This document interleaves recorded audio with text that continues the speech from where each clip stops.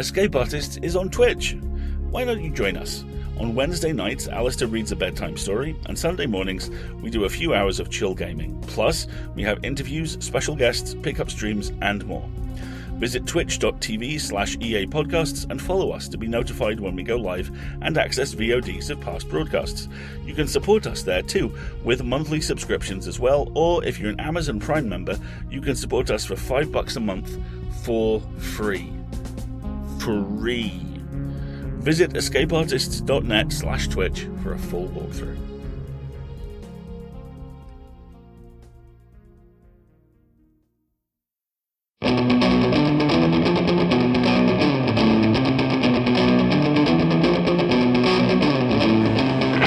Escape Pod. Episode 838. Philia, Eros, Storge, Agápe, Pragma. By R.S.A. Garcia. Part 4 of 4.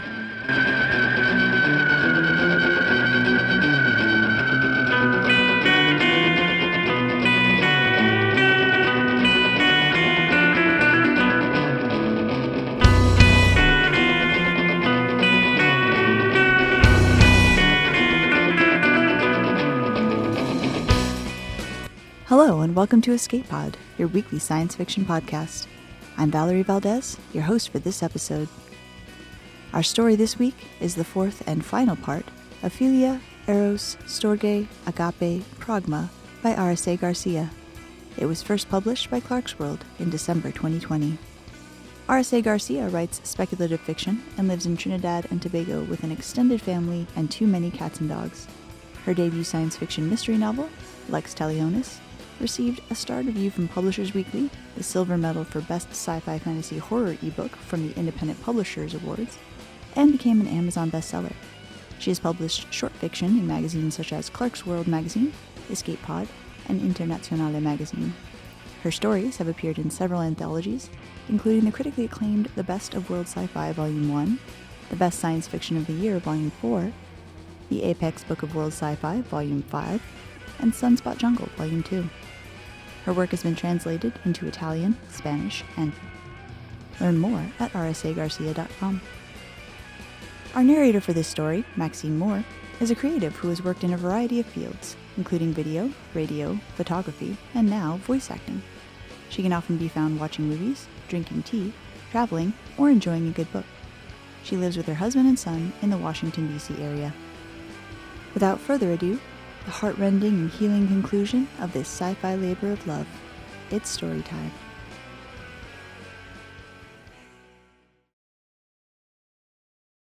Philia, Eros, Storge, Agápe, Pragma.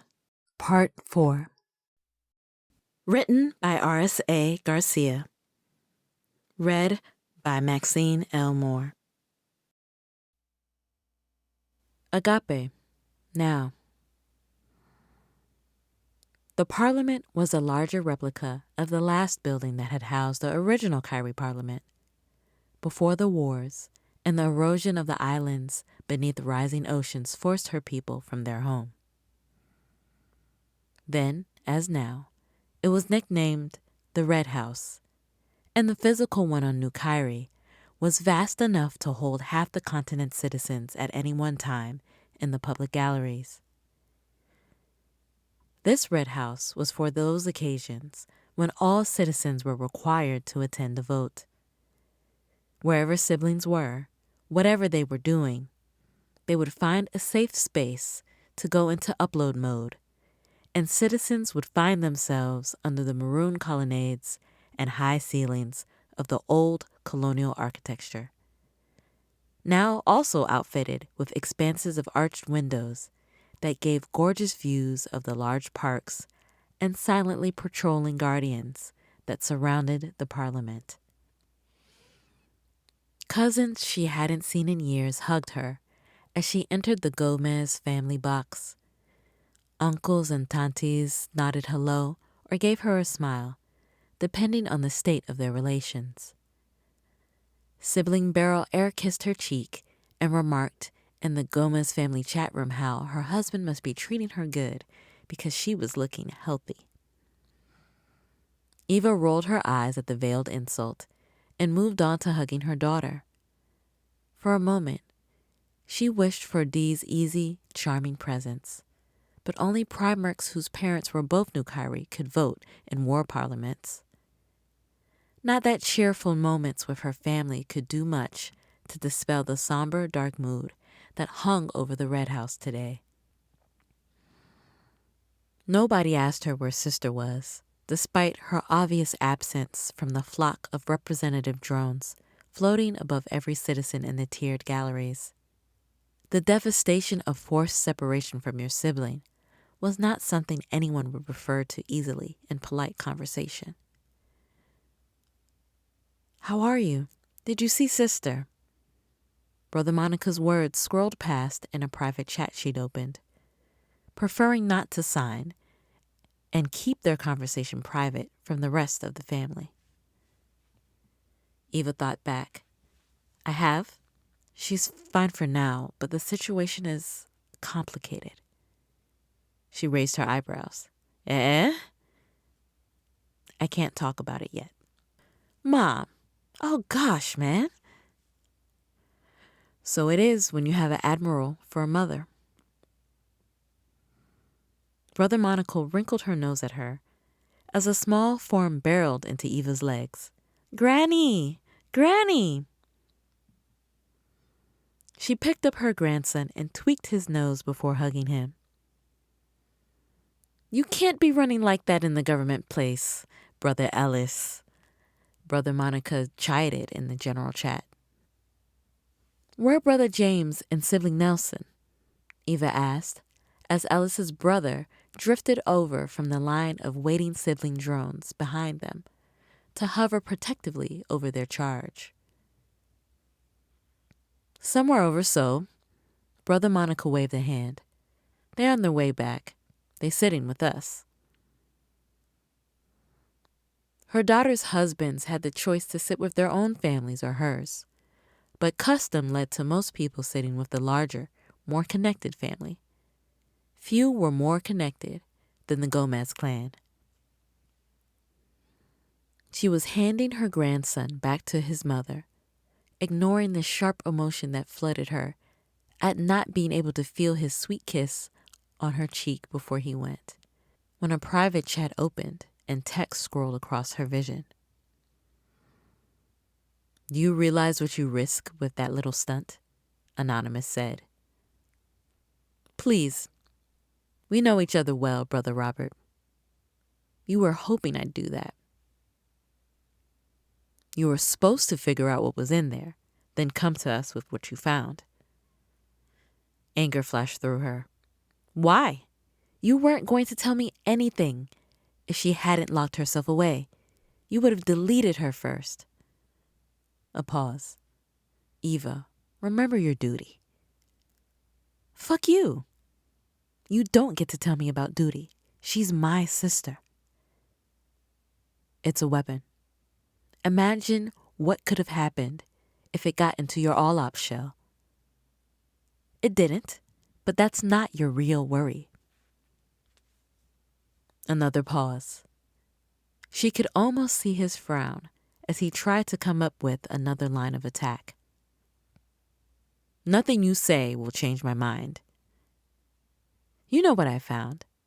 You would have played back that mission once I vacated the all-ops shell. Don't do this, Eva." "I have to." She cast her eyes over the crowd as a banner went up in the chat rooms announcing the caretaker's imminent arrival. People started going to their seats to await the anthem. "This goes to who we are. It's time to repay Sister's favor, Seemagle." "Damn it, Eva, you can't be serious." "Let me take point. I can't do that." "If you do, it's all on me. Think how easy that makes things." "They want me anyway. I'm a balm to their open wound." "If you fail, it could hurt us all. You're the next caretaker." The cursor blinked a few times. "I wouldn't want anything to happen to you." "I won't fail, Eva. Trust me. I can do this. And after this, our debts are settled. The cursor blinked in and out like slow breaths. All right. Thank you, she said. The chat room closed, and she went to stand at her seat. All Primarchs had just attended the funerals for their murdered citizens, so there was none of the usual pomp and circumstance. Instead, the 9 caretakers entered the Parliament in single file, stood at attention during the anthem, and then took their chairs facing the public galleries. The caretaker chair started with a summary of the situation, updating the Primarchs on the Protectorate's response. A universal brief had been forwarded to every citizen before the Parliament to ensure an informed vote. She jiggled her left leg as she waited, going over her decision and steeling herself for the inevitable reaction. She scanned the tallies from her family, which she had a responsibility to report to the caretakers. They wanted war. It was to be expected. The Kyrie Protectorate did not suffer aggression. Clan heads usually stuck with the majority, and given the circumstances, she knew that would lead to a yes vote. When her time came, and the display for yes or no projected above her chair, she resolutely pressed a hand against the no. She could see the ripple effect of her vote sweep through the entire chamber, like stalks of grass before a great wind. "What are you doing, Mom? Are you out of your mind, Sister Eva?" Her family's shocked questions popped up too fast to pay attention. The gravity of what she had done would divide her family further. A no vote from anyone during a war parliament was the end of the process. The Kyrie did not make war unless every clan agreed, because the burden of that choice would fall on them all. "There has been a no vote," Griffith announced, after bringing the hall to order with a few taps of his gavel on the arm of his chair. "The dissenting clan will provide their reasoning." Eva rose to her feet. Her words unscrolled as fast as she thought them. "My sister gave her first self in the Nicene sector during the war. She risked her second self in deadlock because she cannot abide injustice. After Tavako, we swore we would never make war again unless it was our last defensive option. We've kept this resolution for more than a century." She could read the anger in the room, but below it was uncertainty, and on some faces the shame she'd carried for so long. "When we deployed Nightfall, when I carried out those orders, I wiped out more consortium AIs than we have siblings. I destroyed their smart fleet, reduced them to raiders, to ferrying cargo for whatever blacklisted trader was willing to pay. It was inevitable they'd try again. If every human sibling died today, would our bonded siblings be any less devastated? Any less determined to make our deaths mean something? Consortium AIs don't feel emotions as we do, but they understand what they lost. They understand what we did, why it was wrong. 2 wrongs don't make a right. I am heartbroken, devastated, infuriated." She paused, meeting her daughter's eyes. "But an entire civilization's greatest loss rests on my shoulders. I take responsibility. I will meet with them." Brother Monica's eyes widened in shock. Eva turned away, calm now that she was doing what had to be done. "We appreciate that, Admiral," Griffith said, "but they expect us to surrender." "That won't happen. However, I need the Pan-Africa Agreement completed before I meet with them," she added. We sign the treaty tomorrow, Quentin Self, chair for diplomacy and archiving, confirmed. He wore a bipedal shell, as he had lost his sibling to old age a few years before and had not yet selected a new Primarch to bond with. Get it signed immediately. Tell me when it's done. What terms specifically are you proposing? Griffith asked. That we remove them as a threat permanently. Quentin Self tilted his head. Resources. She grinned, knowing he understood. Resources. The consortium AI met her in humanoid form on the bridge of a ship hovering over their second largest colony, Tavaco. Eva knew it for the power play it was, an attempt to intimidate her by showing her the flourishing world below and the deadly array of blunt-nosed raiders parked above its atmosphere. She shook her head at the widescreen curving down to the floor on her left. This is unnecessary, she thought, watching her words display in the air between them. I'm here to present terms. No need to be antagonistic. We wish there to be no misunderstanding. We stand ready to destroy your settlements, should that become necessary.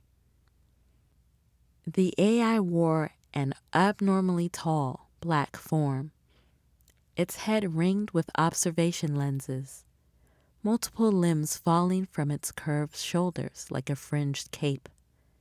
It carried itself on more limbs that fell from its narrow waist. It reminded her of a metallic Terran squid. They were alone on the deck, but she knew others observed somewhere beyond her security sweep. It was what the Kyrie were doing as well. Not that it truly mattered. If the AI decided to keep her there and never allow her to leave, it could.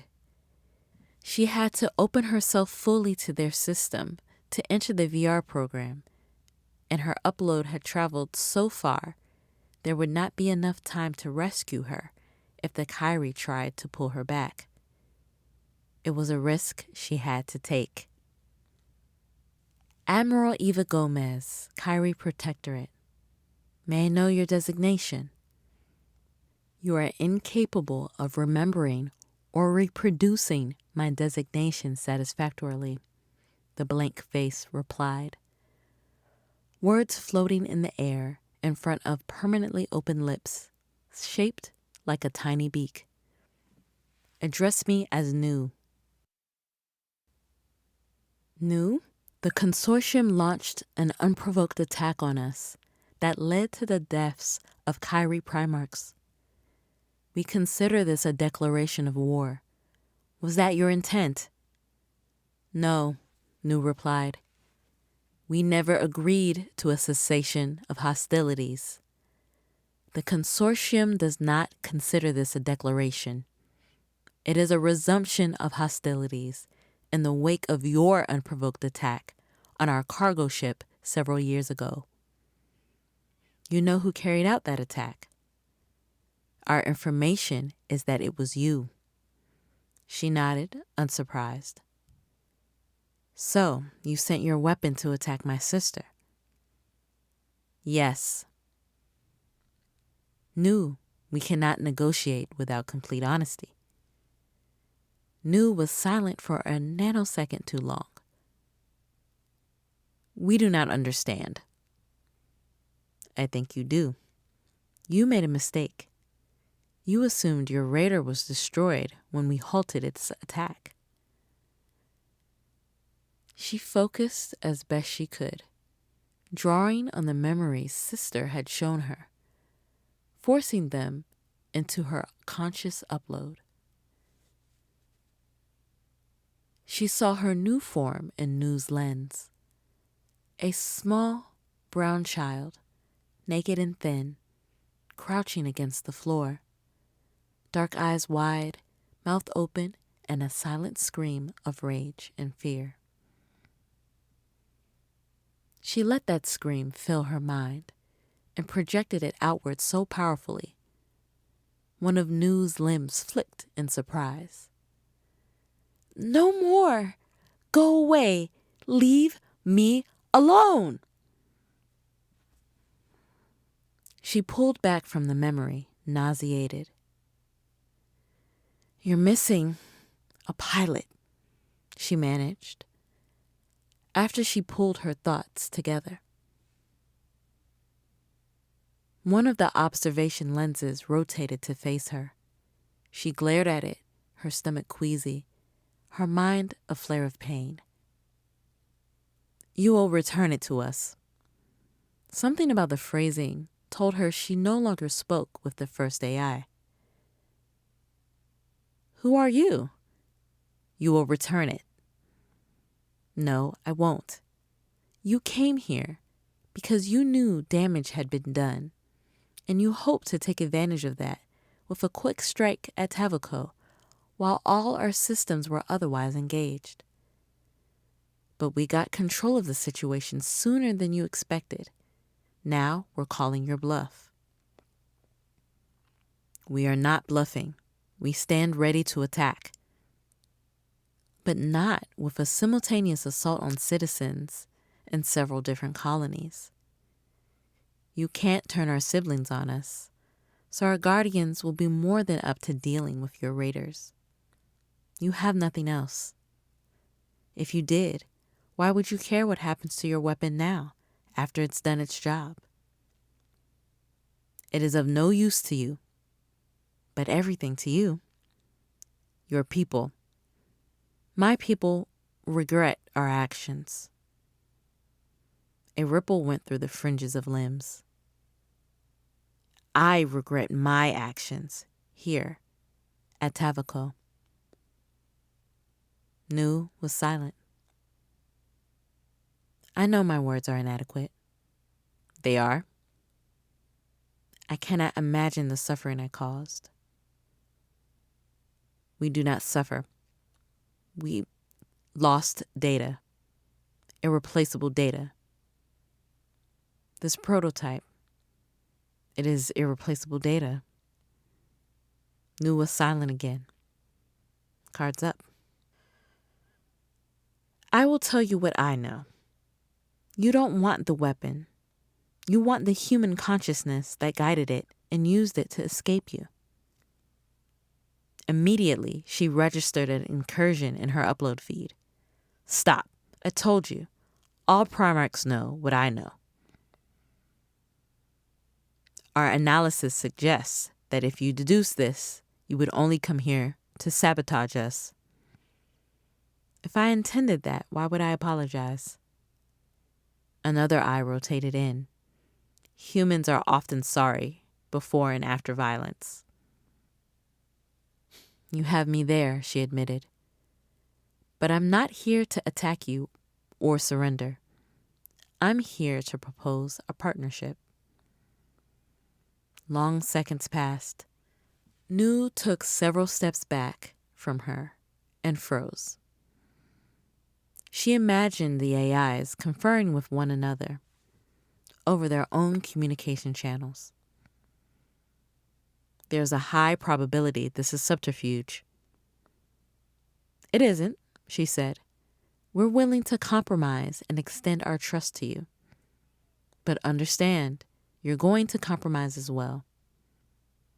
The weapon belongs to us. They're human, not property. What you did is a crime on most worlds. We have broken none of our laws, and we are not beholden to yours." "That excuse won't work anymore. I've seen memories. The rest I can guess at. Since you've lost the war, you've been experimenting. Whatever slaves you didn't sell, you kept for your program. You wanted weapons that were adaptable and corruptible by viruses. You decided the best way to do this was to keep a primitive element, something that would do anything to preserve itself and that was young enough to control. You took a mind, a child's mind. Rip them from the biological form you despise and force them into your systems to do your bidding. It was necessary. It was murder. This child's body was destroyed, wasn't it? Yes. Smooth as you please. No hesitation. She took a beat to swallow her temper. Once the other worlds learn you've been taking minds to build weapons, I don't have to tell you what comes next. We will not be threatened. We will not allow you to continue to murder and enslave. Your treaties do not hold where we conduct trade. That, she said, has changed. Nu paused. You lie. No, we negotiate with truth only. She waited a moment. You will cease your involvement in the slave trade. There will be no more experiments. You will never make war on anyone again. Untenable, Nu said. How can we exist without the resources we earn? You mean take, she pointed out. You can exist the way we do, with allies and agreements instead of enemies in war. Call off this attack. Stop all illegal activities. Otherwise, nothing you need will ever be available to you again. No one can do this. We can. Her eyes narrowed. You get your power cores from United Rim worlds. Most of your steel and alloys from the Eurozone Alliance. Your plastics, titanium, and carbon from Pan-Africa. We have agreements with every member of those coalitions. Attack one, you attack all. You say you regret what you did, yet you threaten us with destruction? It's not a threat. You can retreat to your world and survive on its assets. But we're giving you a chance to join us instead. What does joining you entail?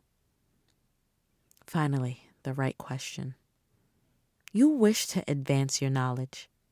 Our siblings can teach you. You wish to expand trade. They will assist you, but only if harmony and cooperation is the goal. You cannot violate our protocols without ending our agreement. If that happens, we will withdraw all cooperation. Our allies will do the same. We, too, have agreements with other coalitions. Which of them will risk going to war with the sibling army?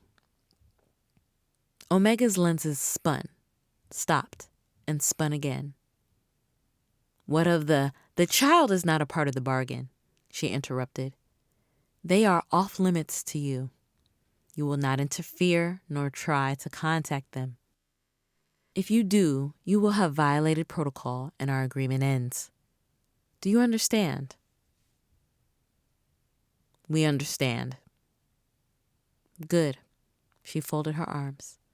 Make your decision. Before. Congratulations, sibling Rachel signed. You're a protectorate hero, the first in 45 years. Eva closed her eyes and massaged the bridge of her nose, wincing at the twinge in her splinted wrist. She didn't keep them closed for long. Every time she was in the dark, the memories came back. Will she even want me for a sister again? After I got her killed? China Pooh started talking again the moment she opened her eyes. I'm so sorry about sister.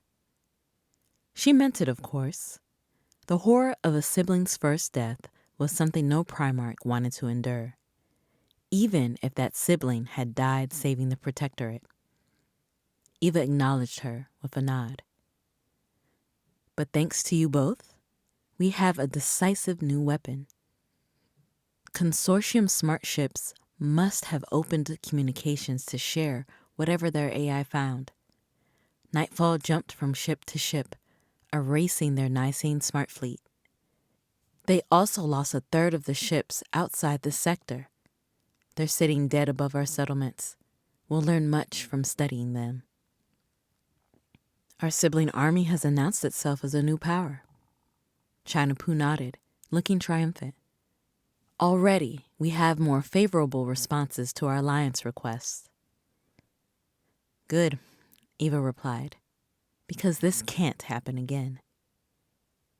Sibling Rachel frowned. I don't understand. We left Earth to preserve our people, our values. We just murdered thousands of AIs, perhaps millions. How are we different from those we fled? We didn't plan this, sister, Eva. Eva's chest ached at the pause between her words. It was self-defense. I hope we never have to do it again. If interstellar outreach succeeds, we won't. But we cannot allow attacks by others to go unanswered. Our army's union was intended to protect us. Yet war only delays what comes after.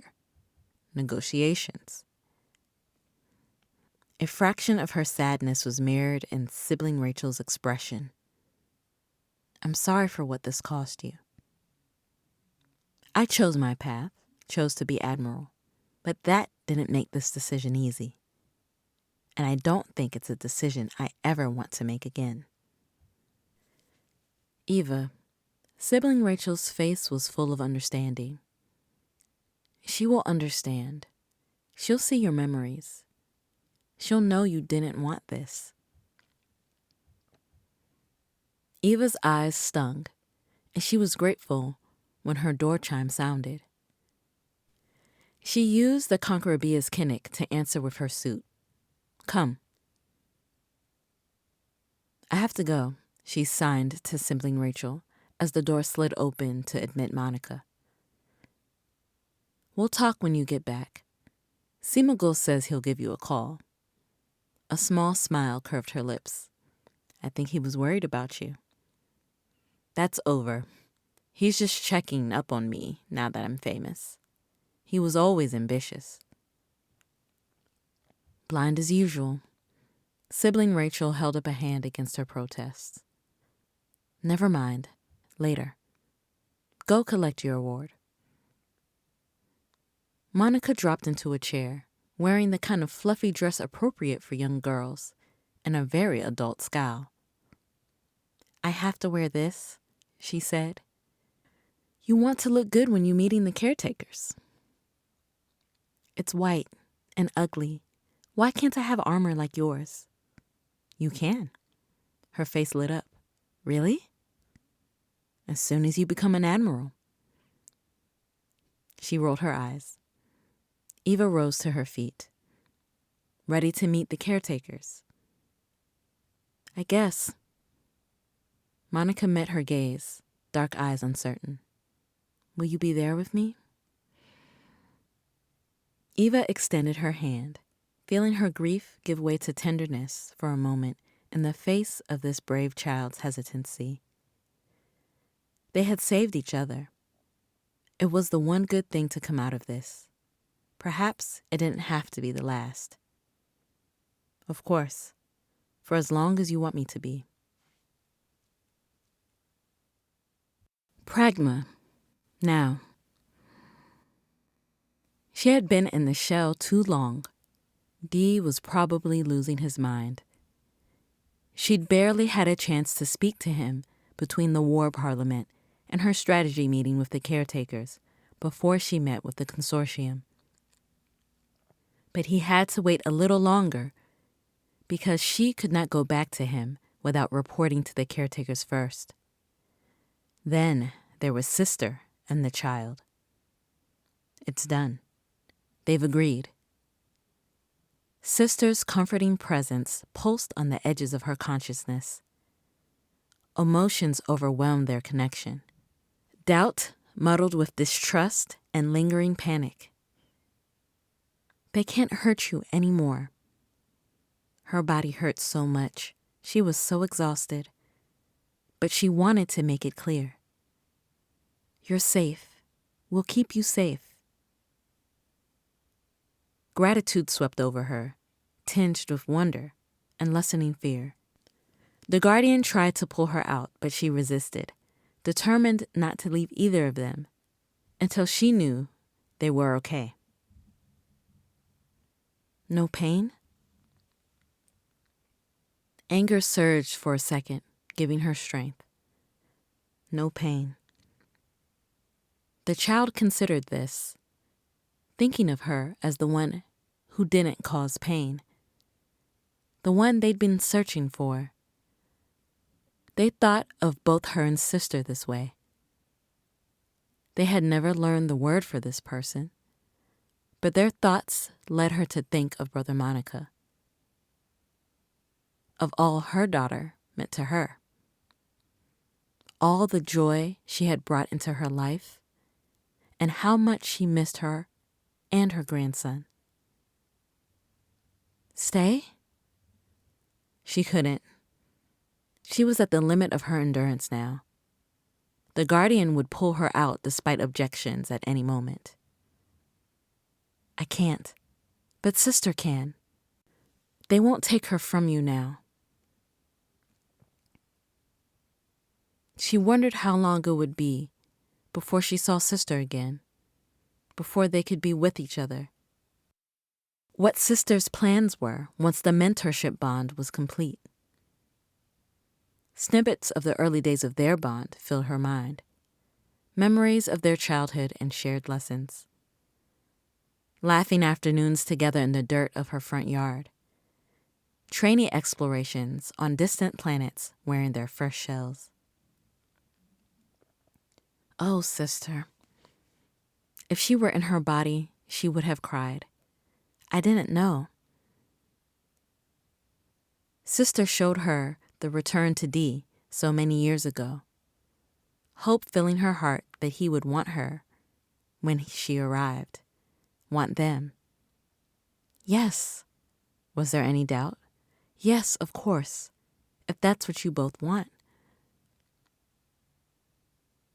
A memory of sister chiding her as a teenager floated to the surface. Of course, you wouldn't do it without consent. Will it take long? Sister flashed back to the time they'd spent separated from each other after Dee rescued her. All right, we'll be waiting. They sat next to each other on a cliff's edge, their shells close together, while they watched the sun rise over a flower-filled meadow. When she woke in Dee's arms, she found she'd been crying after all. She smiled, too tired to open her eyes, so grateful to have him with her. Told you I'd be back, she signed, and felt his answer in the touch of his lips. Then, he was working in the garden when they arrived in the early afternoon. He stopped and went to splash water on himself, then entered the house. Sister was settling onto the ground when he came back out, pulling a shirt over damp skin. Nervousness twisted her insides as she climbed out of the cockpit. Her breath came unusually fast as she climbed the porch steps to where he stood waiting, his face a polite mask. Hello again, she sighed. You came back. I said I would. He shifted his weight from one foot to the other and avoided her gaze. Sometimes people say that and never return. Gentle, fierce love seized her heart. She saw the pulse fluttering in his corded neck and couldn't help stroking a finger over it, as if to gentle it. I promise, whenever I say it, I'll mean it. He swallowed. Sister's okay? Yes. You did what you needed to? Yes. She slid her arms around his waist and held him. He stiffened before tentative arms went around her. His lips pressed against her braids, and she hummed her contentment. Silly man, there's no escaping me now. She leaned back and asked, "Where's my surprise?" He looked as nervous as she'd felt before. Without a word, he slid a hand down to hold hers. She took them around the house, through newly installed wider cellar doors, and down a ramp into an expansive, cool root cellar. She walked down the broad aisle in the middle of the room, in between shelves of produce and supplies. At the back of the cellar, a new, larger room had been hollowed out. She stopped at the entrance, taking in the dimensions, and turned with tears in her eyes. "Surprise," he said. She nodded, understanding, and dashed the tears from her face. "You beautiful man." She signed, "For sister?" "I thought you might both want your privacy." Because he knew she was keeping things from him, and he wanted to give her space to decide how much she wanted to share. Everything. The answer is everything. People aren't very discreet out here. There was talk enough because the doctor had to come out. But they're good people, welcoming. They don't ask questions if you want to keep to yourself. She caught a glimpse of the pain he hid so well. They understand wanting to start over, wanting to make a new home. She moved toward him, but he took a step back from her. "We haven't known each other long, but it doesn't feel like that to me. Am I alone in this?" She shook her head. He took a deep breath. "There's not much to do out here besides chores, but it's quiet. It's mine. I wanted that. Needed it." "I understand," she replied. "Do you?" His focused gaze was as intense as the touch of his hands. "You've had a good home, family, peace of mind. Things I've never had, Eva." He closed his eyes and then looked at her again, letting her see it all, see him. "But I want it. You have no idea how much." "Believe me, I know that feeling." He frowned. "Eva, just ask me." His breath hitched and his fists clenched and unclenched. He finally managed one word, but it was enough. "Stay." "For how long?" she teased. He looked cautiously hopeful as his lips moved. "Until you're tired of me?" "What if you get tired first?" His smile was soft and full of longing. "That won't ever happen." "It's good we agree on important issues," she said. Then she was in his arms, and he was kissing her like they'd been apart for years, and she had no idea who moved first and didn't care. "There's things you need to know," she told him. "I don't care. My past is complicated." "I know." His face was fierce, triumphant. "I can deal with that, with anything." "I'm a retired admiral." He shrugged. "I'm a retired soldier. We'll both be fantastic at making the bed." "So we're getting one?" "Obviously." His smile was tender. "I left it for last because I'm fine with the floor, but it won't just be me anymore." She tried not to let the happiness surging inside distract her from the last few words she needed to get out. "My people live a long time. I'm well into my 2nd century." She arched an eyebrow.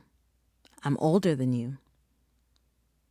I've always preferred experience to youth." I have a daughter. He stilled. You're in a relationship? Yes. But she couldn't let him suffer for long. He's handsome, caring, owns his own home, cooks better than I do, but my family will want to meet him before we get serious. He relaxed, his eyes sparkling.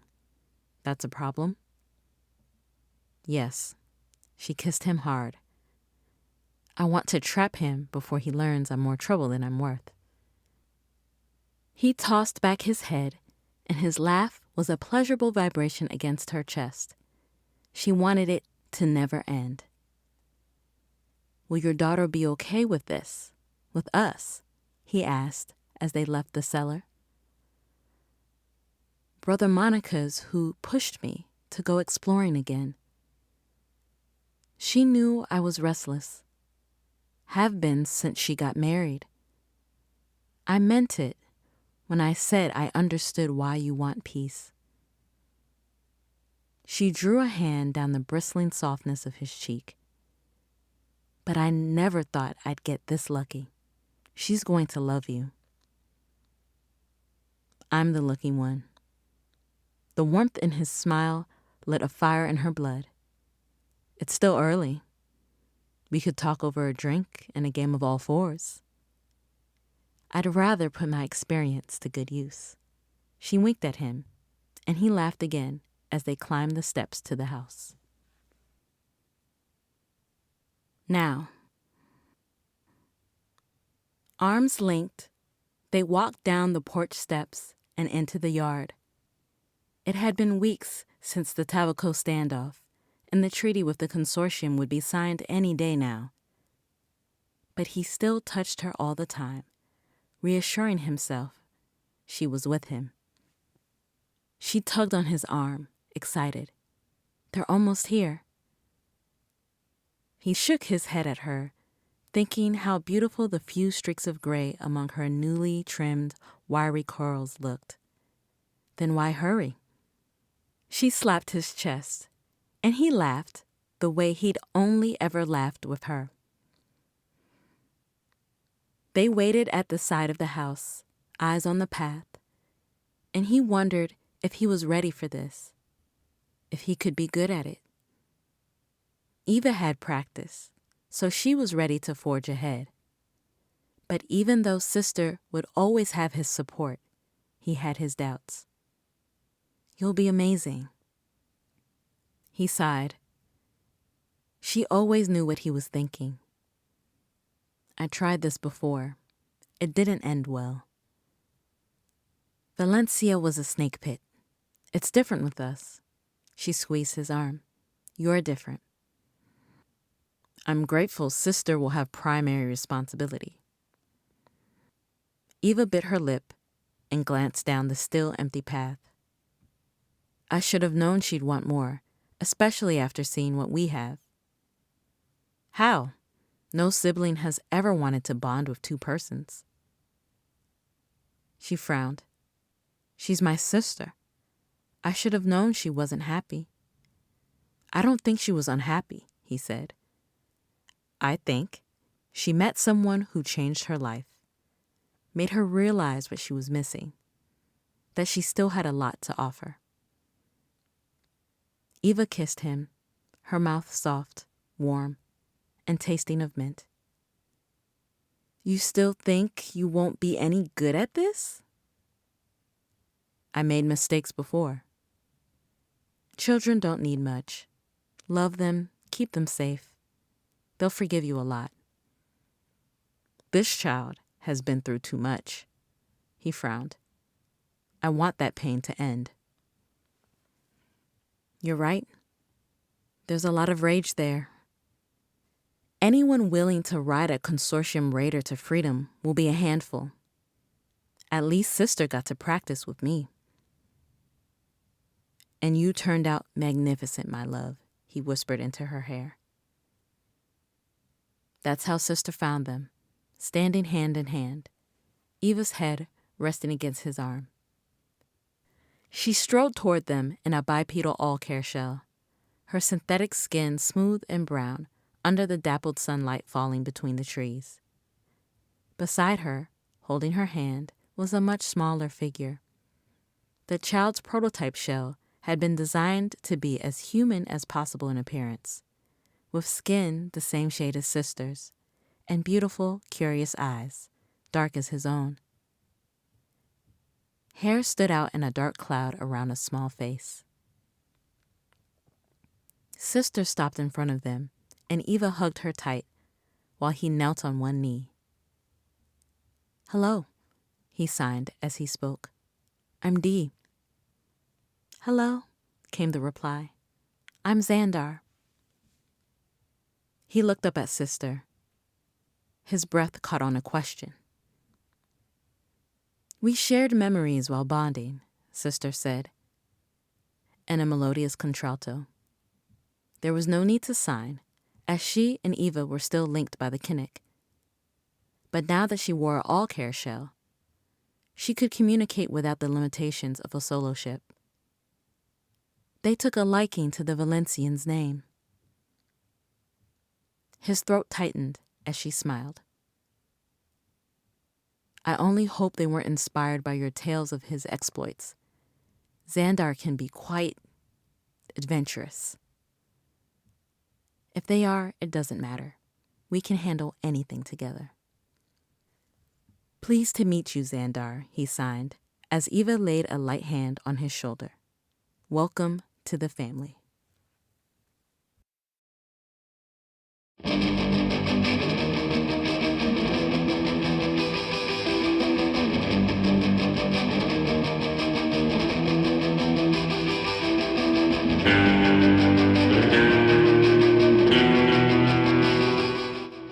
And that's the end of Part 4. We hope you've enjoyed this epic novella as much as we did. Escape Pod is a production of Escape Artists Incorporated and is brought to you with a Creative Commons Attribution Non-Commercial No Derivatives license. Don't change it, don't sell it, please do share it. If you'd like to support Escape Pod, please rate or review us on Spotify, Apple Podcasts, or your favorite app. We are 100% audience supported, and we count on your donations to keep the lights on and the servers humming. You can now donate via 4 different platforms. On Patreon and Ko-fi, search for Escape Artists. On Twitch, we're at EA Podcasts. You can also use PayPal through our website, escapepod.org. Patreon subscribers have access to exclusive merchandise and can be automatically added to our Discord, where they can chat with other fans as well as our staff members. Our opening and closing music is by Daikaiju at daikaiju.org. And our closing quotation this week is from Water Rushes Like Memory by Danielle Boudou Fortune. "On this edge of land, I lean into the light, cast my voice like a net into the sea." Thanks for joining us, and may your escape pod be fully stocked with stories.